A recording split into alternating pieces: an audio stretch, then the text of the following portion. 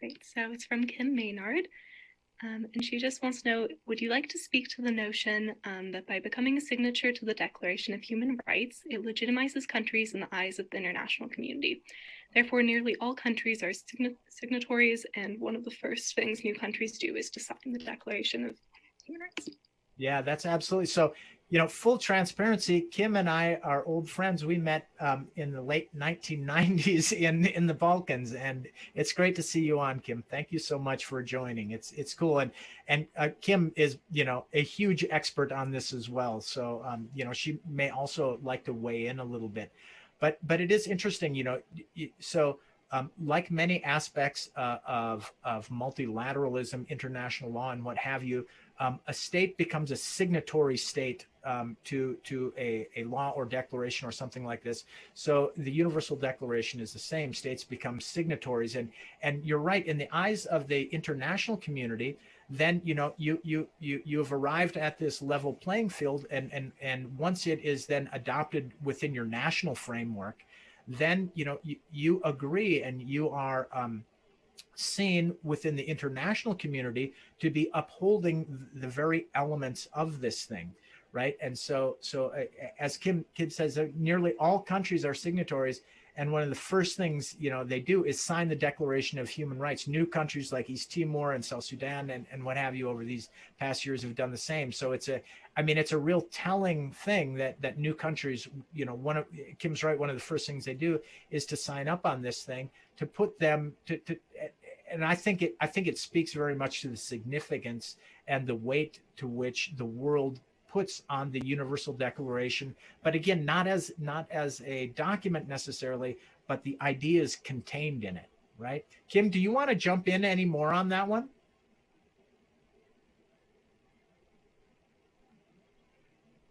I don't. Yeah. Yeah, I know. I just want to say, Chris, beautiful, beautifully articulated, because this is, I mean, it's not an easy thing, and the number of countries, just thinking back to the number of countries that started this, and now how many, the vast majority of countries that are signed on, whether they uphold it or not, is just an incredible point in history. And I think you just did it really good justice, because this is perhaps one of the biggest pieces of legislation that the world has ever done in modern history. And here we are sitting at its, close to its 75th anniversary, and it's still more or less is driving a lot of the international context. And so, yeah, the fact that somehow it's retained its status as a way to be seen as, to be gain legitimacy as a country, I mean, that's really cool. And I really think that you did well by bringing this up and making it this point here, and how we bringing it home to our own communities is, the essence of it. That's where the rubber meets the road. So yeah, thanks, Chris. You're here. Done. Thanks, Tim. So Mackie, I guess I'm reading the chat boxes as well. I see another one. As a practitioner, what have you observed about the intersection between economics and human rights? That's a great question. And I again, this is more tightly defining my practice as a humanitarian worker, right? So you have to think about the places in which I've been working and the kind of economics I see, usually quite broken down, right? This is situations of conflict and natural disaster. But it's a great question, because of course, while economic and cultural rights are inherent in the Universal Declaration and across many elements of international law, it's a very uneasy situation between economics and human rights, of course, in practice, because we know that, for better or for worse, we have a global economic system that is in play right now, for which we are a part of. Most of us are a part of. Now, there are pluses and minuses to that system. That system can exploit individuals and societies and exploit them for the benefit of others, right? On the other hand, economics can uplift as well. And so, I'm going to pick up on the latter. I mean, we can talk at length about the exploitation of people for economic gain, but we may not always give as much space to the uplifting of people. So it's been my experience in many places where a lot of the activity of the humanitarian community is trying to reestablish basic economic systems within a community that has been disrupted by conflict or natural disaster, right? And why do you do that? It's because most people around the world, frankly, don't want a handout. They actually don't want people like me to come into their communities and provide them with free things. There is an inherent sense of worth, of human worth, in being able to take care of yourself, your family, your community, and your society, to be a kind of productive member in that, however you want to define it. So economics, when applied in this sense, can be very uplifting. We can take other examples in kind of emerging and developing economies around the world, whereby, again, using our current economics as the base. I'm not saying it's necessarily good or bad. I'm just saying it is. But one thing that the global economy depends on is transportation, right? So in a place like, and I had a very interesting experience. And let me just share this very quick anecdote with you. I was in northern Uganda. This is like 10 or 15 years ago, in the middle of nowhere. I mean, I was traveling in the bush, completely nowhere. And I came to the place where one state of Uganda meets another state. And right at that place was the beginning of this, like super beautiful paved road. And there were these giant earth moving machines, and there were Chinese workers on those machines. And the government of China had given the government of Uganda, a big amount of money to help build these roads. Now, we have legitimate issues with this kind of economic interaction, because oftentimes it involves the exploitation of resources and the extraction of resources. However, it also, by the way, allows local farmers to move their goods to market cheaper. And so they can sell them easier and they make more money, which allows them then to access more services. So it's a tense and difficult relationship. It's neither good or it's both good and bad at the same time. But I think sometimes we only talk about the bad without recognizing that there can be, economics properly done can support human rights. So that's my thought on that one. Got another one here. What made you want to work as a practitioner, and how did this impact your work? Well, I mean, we all probably have different stories on that one. I came from a really small town, and first of all, I wanted to get out of town, right? Anybody who came from a small town, it's like, well, I got to get out of town. So I got out of town and I went to school, and then I said, I got to get even further out of town. And so I became a Peace Corps volunteer. By being a U.S. Peace Corps volunteer, I mean, you don't have to be a volunteer. Any of you will have a similar experience if you've traveled. Even within the United States, you go to a different place and your eyes are open to a new way of thinking and a new way of being. And that was my case as a volunteer. And I just couldn't get it out of my blood after that. And so my Peace Corps volunteer service was the basis for me for the international life that I think I'm still leading here. I'm in Missoula, but look at me, I'm talking to all of you interesting people about really interesting international issues. So that just being here, it certainly hasn't changed that. Next one says, if we judge all humanity by a singular declaration, wouldn't we want this document to be written by all humanity? I feel the document that we judge all humanity by is written in the understanding that Western culture failed and yet is still the basis of the declaration that was formed. Therefore, would you not rewrite this with a global voice? That's a great question, because when I said don't paper over disagreements, this is an essential disagreement vis-a-vis the declaration itself and the ideas inherent in it, because it is true that the writers and the adopters were primarily the Western powers, and whose system is the system that we talk about as the problem when we talk about currently about social injustice, right? So the system that wrote the Universal Declaration is kind of the same system we're talking about now and today. So there's a lot of tension in between that. So it's a great question. So on one hand, you have people who will say, okay, fair enough. It was a bunch of white Western people, mostly men, who wrote this thing.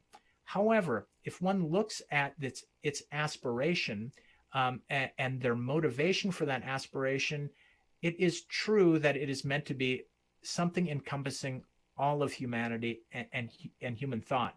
And there are floors of libraries that have nothing but a critique about this, not social critique from religious aspects, saying, how does the Universal Declaration hold up against Islamic faith, for example? By and large, I'll say, and I'm not an expert again, but in my inexpert reading, I believe it does hold up. And I believe that what is in the Universal Declaration is actually universal. In my practice, right? In all of the places I've worked, I've never really seen any element of the Declaration kind of bump up against a cultural norm or a tradition whereby it was like, well, this just doesn't work out at all.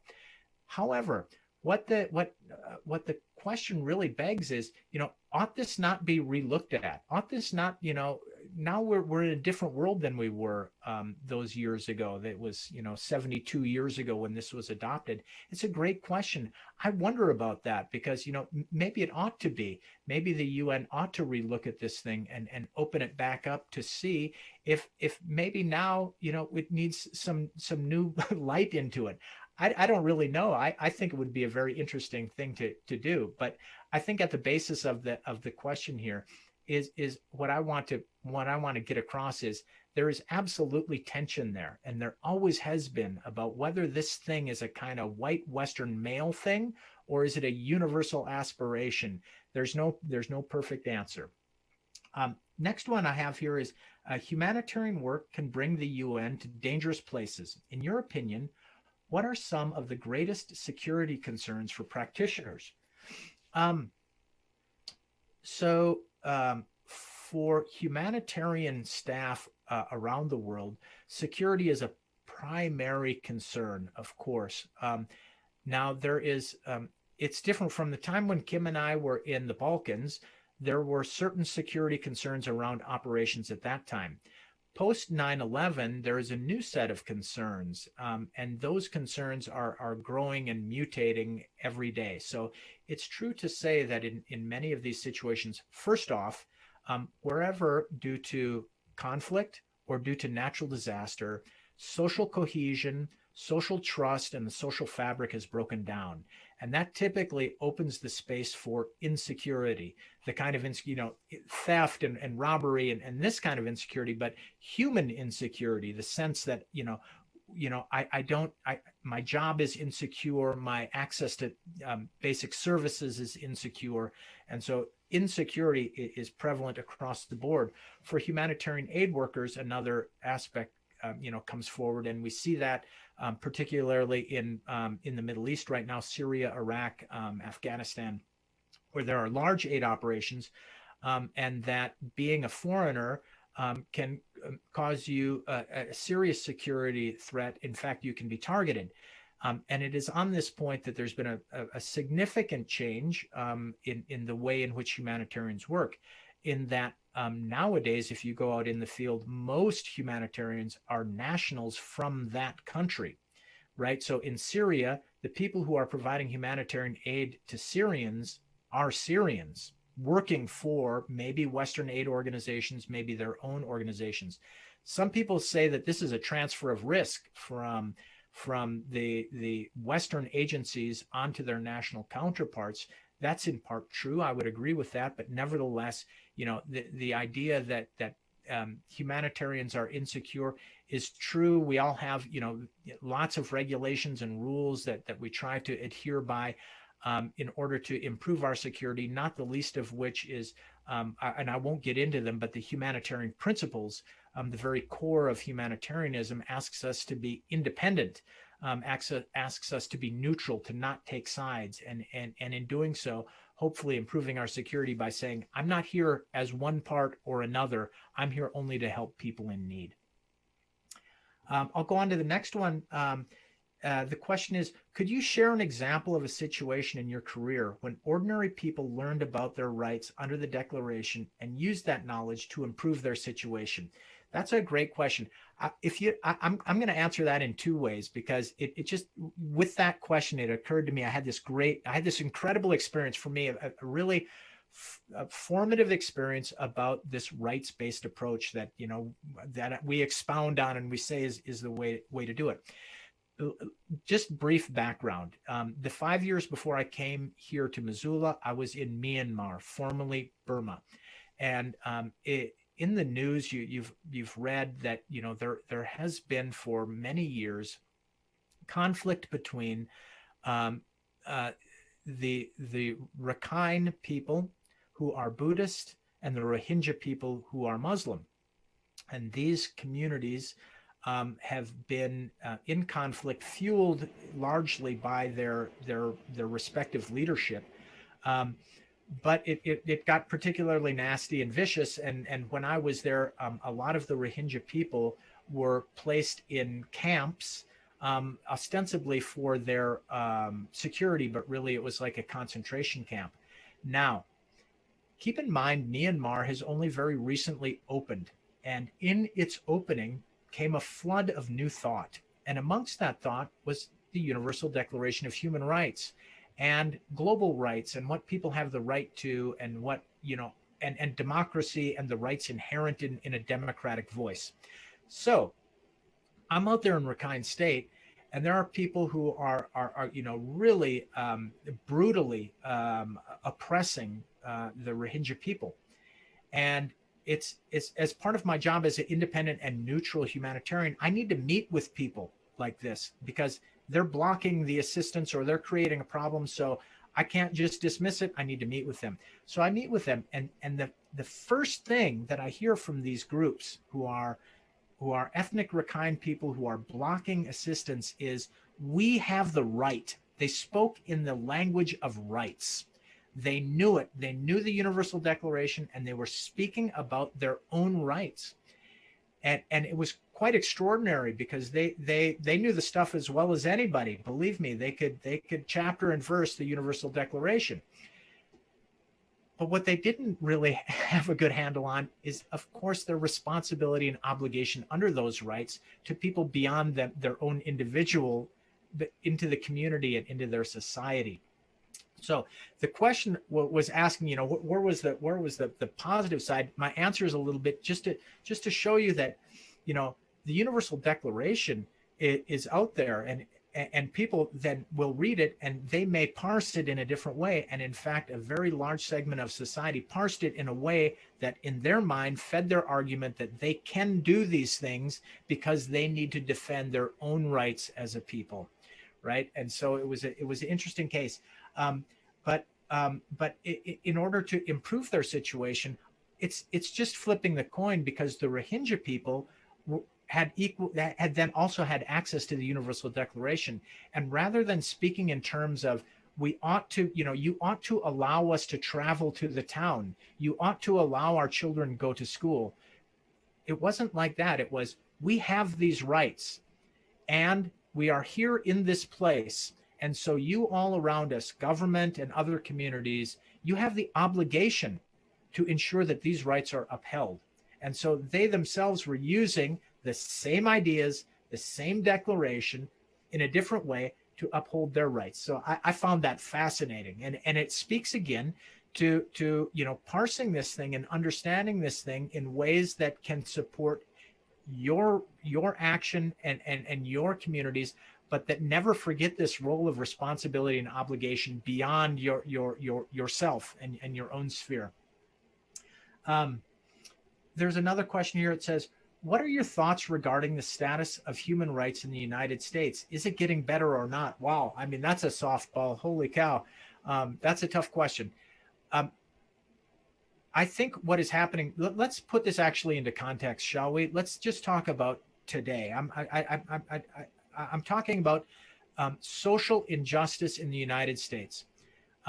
So let me say that for many of us, I include myself, and I'm again no expert on this, but my eyes and my understanding have really been opened over the past 4 or 5 months on this issue. You know, I thought I kind of knew what was going on, but it wasn't until I started to read and understand more, thanks to people who were demanding things about demanding their rights, demanding things be done in proper ways that protect their rights, that I really began to understand more deeply what's going on.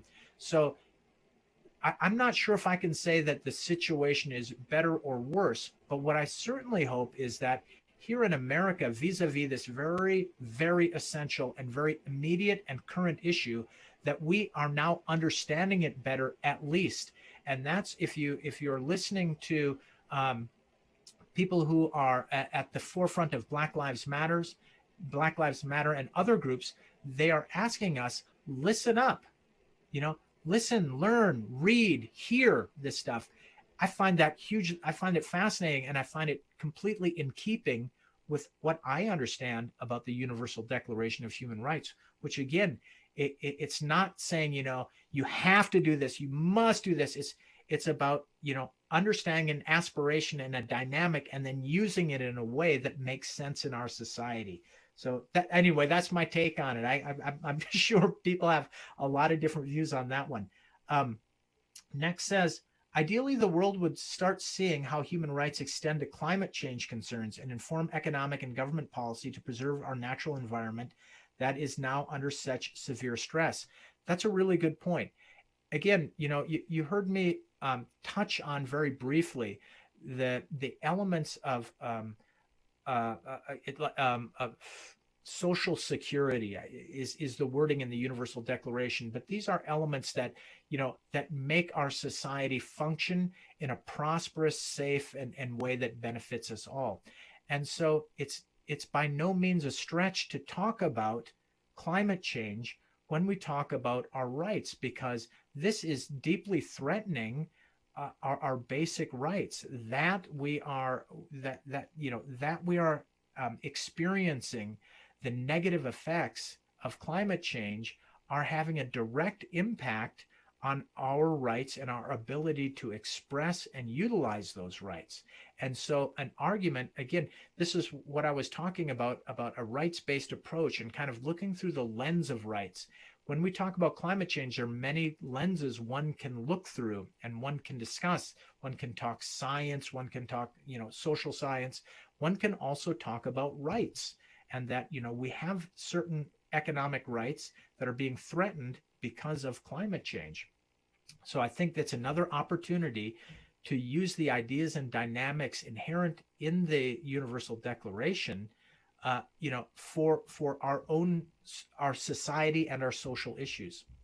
Now, I think that's the last question that was chatted in, but I'm happy to take other questions, Mackie, to you, or however you want to do it. Yeah, you can definitely continue sending to the chat, or if you wanted to raise your hand. Yeah, Professor Adams, if you wanted to go. Sorry, I thought I was clapping, but I thought I was raising my hand. I guess it was clapping. So many different, buttons. Chris, this is just fabulous. And I wanted to ask you a question. You mentioned that when you were deciding what to do as a career, you wanted to get away from home, and you wanted to, and you sort of just got progressively further from home. I can really relate to that. I was really interested in getting away from home sort of physically when I was a kid, but also, you know, getting into the international world, something completely different. And I remember sitting on my front porch with my grandmother one time, and she said, you know, there are a lot of people here who are really suffering a lot. You know, why are you focusing on people so much in other countries? And I know from Kim Maynard too, I mean, I think she shares some of this as well in her practitioner career of, you know, wanting to have, you know, those adventures and see new things and all of that. I just wonder if you could sort of give us some insights. for students who are, thinking about their careers. When you think about, ways that people can be effective in advancing human rights in general, and in today with COVID and climate change, and of course, all of the political changes that we've seen in the world, with new great powers rising and different alliances and things like that. What advice would you give to students about, how they can be effective, and what choices they might face along the way? Yeah, that's great. Thanks for that, Karen. I mean, I have to tell you, as you were asking me that question, for some reason, I was reminded of when just before I became a Peace Corps volunteer, getting notice from the Peace Corps about my service. This was before the internet, right? And so I was working as a teacher in this tiny rural school in western Minnesota. There were 30 kids in the graduating class. And I'm sitting in my classroom and the phone rings and it's the secretary. And she said, Chris, there's somebody from Washington, D.C. on the line for you. So I pick up and it's the Peace Corps. And the Peace Corps says, hey, Chris, we sent out the stuff a few weeks ago for you to become a volunteer, but we've not heard from you. So you need to tell us, yes or no, are you going to be a volunteer? And I was like, I mean, where am I going to go? And the woman on the other end said, Kyrgyzstan. And I said, Kyrgyz what? And she was like, Kyrgyzstan, it's a place in Central Asia. And I was like, of course, I'd never heard of this place, right? I've got no internet. I was, completely off the radar. I was like, yeah, okay, I'll go. So the reason I was thinking about that, Karen, was actually, other than it being a kind of a funny story, it's that, if I'm talking to the students now who are online and are thinking about international careers, of course, you've got an extraordinary, powerful tool. I don't have to tell you that, back when I was getting started, I went to the public library and I had to get a book out so I could find out kind of where Kyrgyzstan was and what it was all about. Now you've got an extraordinary, powerful tool in information technology and in groups like this, in the Model UN and other things. And so, my advice to anybody who is thinking about this is pretty simple, because again, as a practitioner, the advice is just do it. Just go out there and do something. It's not hard anymore. I mean, I grant you that the current situation vis-a-vis COVID and travel makes, it currently and immediately more difficult, and there are obstacles. But if I assume that those obstacles will be removed in the next year or two, and students who are out there listening to me are still wanting to do this kind of thing, then there are a million different ways to set foot outside of this country and to do meaningful work, whether that's, vis-a-vis human rights, humanitarian work, development work, economic work. I mean, the list is long and growing in what you can do. But it is really, for me, it is the doing of the work, which was always interesting and always compelling. And that would be my other piece of advice, is that, of course, I'm here to encourage you all to study and to complete your studies and, continue to study if you love it.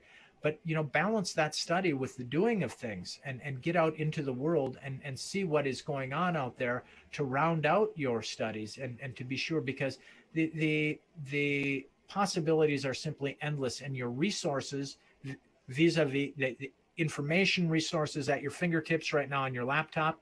But also importantly, there are your human resources. Professor Adams, myself, I see Kim Maynard. There are others on this call who have a long time international experience, who love to talk about this stuff. I mean, you're going to have to stop me tonight, but be like, stop, Chris, that's enough, because we love it and we believe in it, importantly. And so reach out to those people in your community, or maybe not immediately in your town, but maybe at a university nearby, or a larger city, and ask them, how does it work? What is your advice to me? And you will get golden pieces of advice from these people who will give you excellent direction, given your individual desires and what you might want to do, where you might want to go. These people, and I include myself there, I am open anytime to anybody who wants to get some advice. This is a great place to start.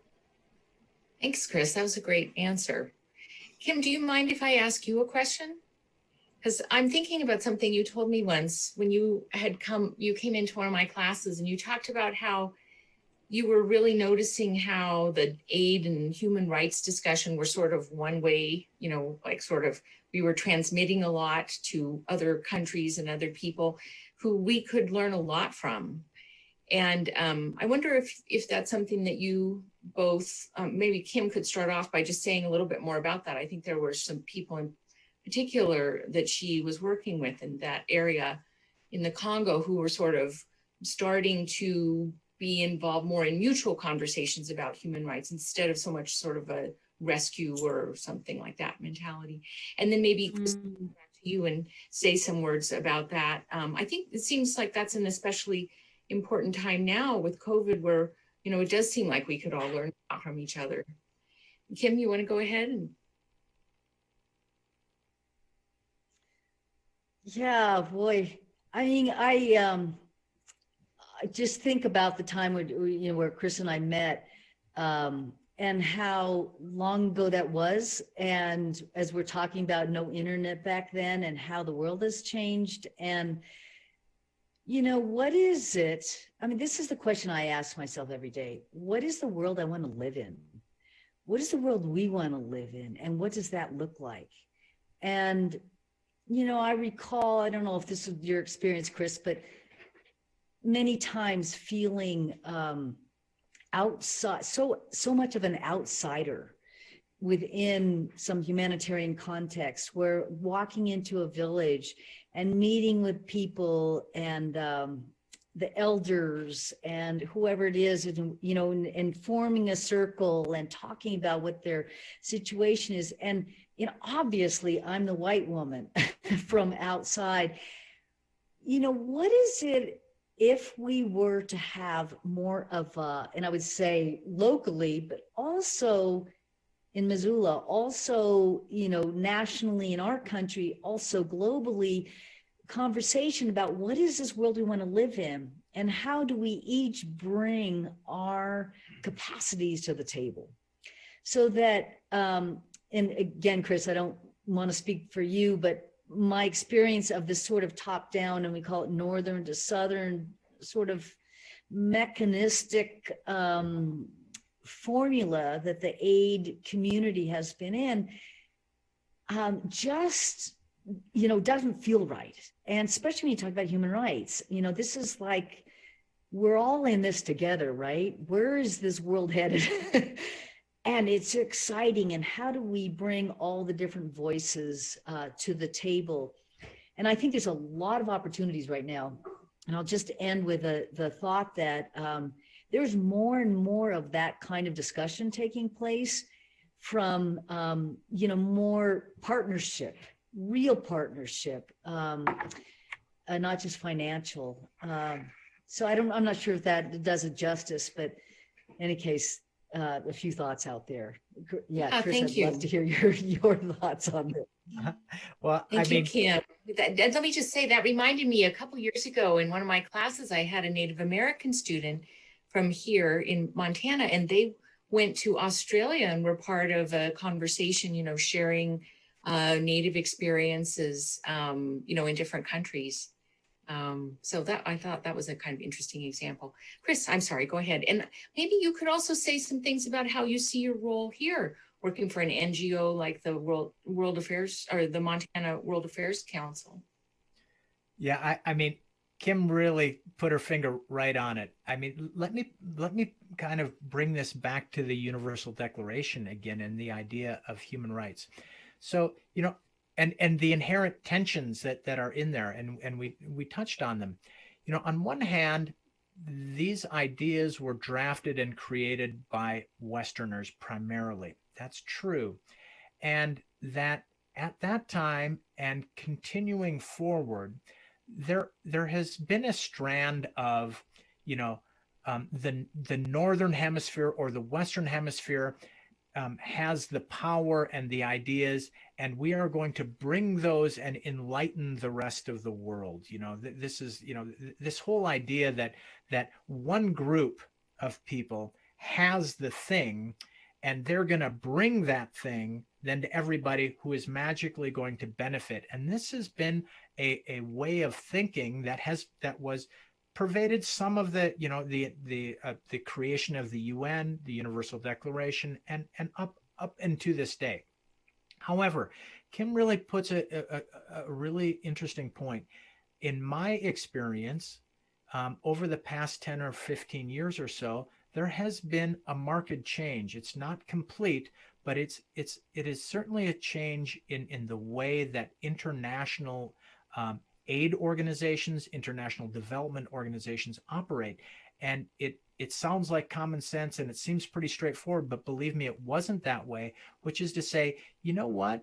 People who are affected by whatever's going on, conflict, natural disaster, economic downturn, whatever, they probably know the situation better than like Kim and I, who literally parachute into a village in the middle of nowhere and suddenly are expected to be experts on things. I mean, we can be experts on certain things, but it ought to be the people themselves. So rather than this idea of an external person, maybe a Westerner or whatever, coming in and being the one to deliver the solution, why don't we work with communities to help them understand the problem better and fix the problems themselves?